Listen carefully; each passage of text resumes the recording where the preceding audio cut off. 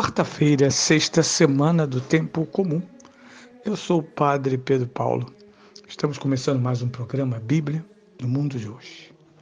Bem, nesta quarta-feira, vamos às bases proféticas e sapienciais daquilo que Cristo afirma como centro de todo o trecho que ouvimos do capítulo 5º do Sermão da Montanha 17 a 37. Trata-se do livro de Siracide, Eclesiástico, capítulo 15, versículos 16 a 21. Se quiseres, guardarás os mandamentos. Ser-lhe fiel depende da tua vontade.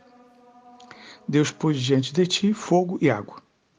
Estenderás a mão para o que desejares. Diante do homem estão a vida e a morte. O que ele escolher, isso lhe será dado. Porque é grande a sabedoria do Senhor. Ele é forte, poderoso e vê todas as coisas. Seus olhos estão sobre aqueles que o temem. Ele conhece todas as coisas do homem e não mandou a ninguém fazer o mal, nem deu a licença a ninguém de cometer o pecado. Bem, trata-se de um livro localizado entre aqueles 7 chamados sapienciais ou poéticos, onde estão os famosos livros dos Salmos, o livro da Sabedoria, Jó, o Cântico dos Cânticos, Eclesiastes ou Kohelet.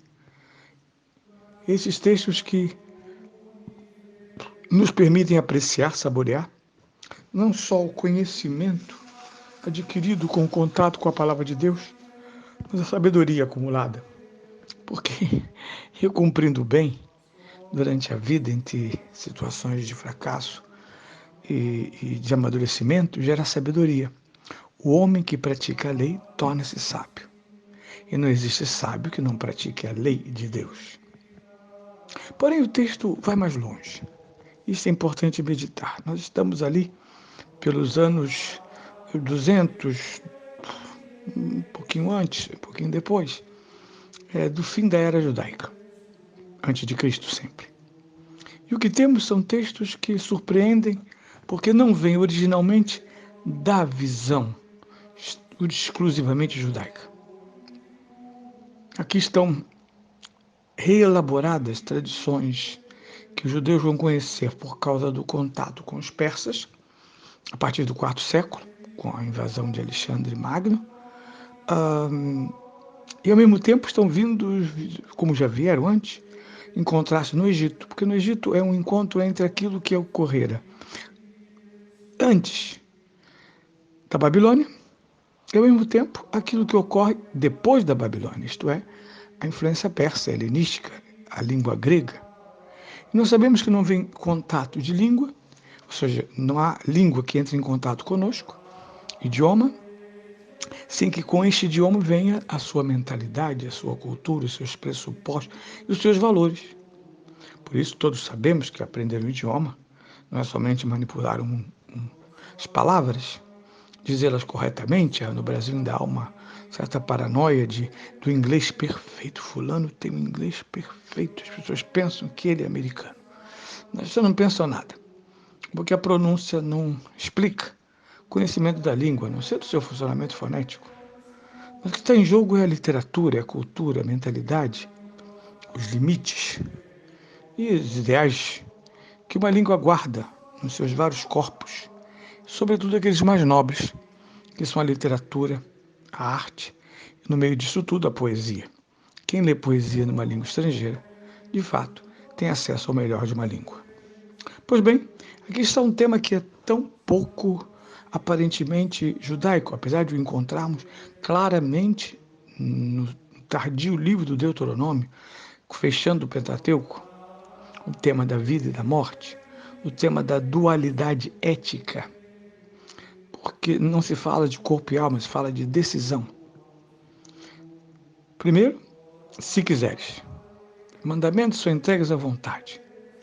Por que, padre? Porque foi exatamente o que o pecado fez, ofereceu-se à vontade. Não morrereis, disse o demônio. E a mulher, então, não só saboreia do que sabe ser proibido, como oferece ao seu marido, a quem Deus chamou de tonto, antes de castigá-lo. Guardar os mandamentos, portanto, e ser fiel aos mandamentos, depende da vontade. Por isso, a redenção supõe que a razão tenha sido iluminada para ver a verdade.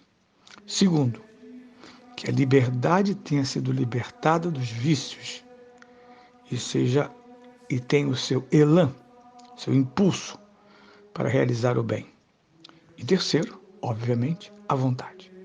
Saber e querer, saber e desejar não se estruturam sem o querer. Sei que devo emagrecer, desejo emagrecer, mas não consigo. Sei que devo parar de fumar, almejo parar de fumar, mas não tenho força de vontade. Portanto, não atualizo a potencialidade da razão, que sabe, muito menos da liberdade que deseja, que se lança. Por isso, no centro da vida ética religiosa, está essa vontade firme. E essa vontade é colocada diante de um dualismo estranho, ético, fogo e água. Não são coisas para se escolher. Eu escolheria água quente ou água fria, mas não fogo e água, são antagônicos. Exatamente isso. Nossa mão, diz o texto, se encaminha para onde desejamos. Se não desejamos os mandamentos de Deus, provavelmente iremos ao encontro do fogo. Mais ainda, um nome ainda mais forte, além de fogo e água, vida e morte. No capítulo 32 a 34, nos discursos finais de Moisés, ele diz: coloco diante de vós, povo de Israel, uma opção, escolher a vida ou a morte. Veja que estranho escolher a morte. É estranho. Seja do ponto de vista pessoal, como aquele menino, aquela menina, aquele adulto que escolhe o álcool como forma de vida, de lazer, de comportamento. Ou a droga, que aparece tão divertida em todos os programas de humor, todos são maconheiros agora. E todo mundo acha lindo, bate palma, acha simpático. E abomina que seja um caso de polícia, imagina. Criminalizar um drogado, que absurdo. E criminalizar quem vende droga. Ainda mais absurdo ainda. Os traficantes estão em altas, inclusive nas esferas governamentais. Por aí. Fora que comandam vários países nesta periférica América Latina. Está lá o México, mergulhado num sistema de narcotráficos violentíssimo. Claro, nós sabemos que isso tem reflexos no estilo de vida americano. Também sabemos disso, e moderno, europeu. Pois bem, vida e morte será dada ao homem a escolher. Isso é liberdade. Não que a liberdade seja escolher a morte, mas a liberdade humana não é automatizada. A redenção humana não automatizou o homem, ao contrário, éramos automatizados pelo pecado original. Pelo pecado original, não poderíamos ser senão pecadores. Agora os santos estão a dizer-nos: podeis não ser somente pecadores. Escolha. Escolha. E o texto, na sua segunda parte, explica. Porque começa com uma conjunção explicativa. Por que tudo isso? Primeiro, a sabedoria do Senhor. Colocar em nossas mãos o nosso mundo. Mas não é colocar em nossas mãos no sentido de que nós decidimos o nosso futuro simplesmente, mas colocar em nossas mãos a escolha. Porque é muito bonito quando temos sim, testemunhos de grandes sucessos, de grandes resultados, em que empresas, pessoas, profissões, áreas de ação foram benéficas, frutuosas, graças a boas escolhas. Boas escolhas constituem a potência do futuro. E ele diz, porque a sabedoria do Senhor é grande. E conclui com algo muito forte. Se alguém dissesse, está vendo, Deus mandou a gente fazer o mal. Não, olha o que diz o Senhor. Não mandou a ninguém fazer o mal, nem deu licença a ninguém de cometer o pecado. Portanto, não se trata de uma decisão de Deus que você faça o mal. E nem o mal que ocorre na sua vida é simples permissão de Deus. Escolhe a vida, escolha a verdade.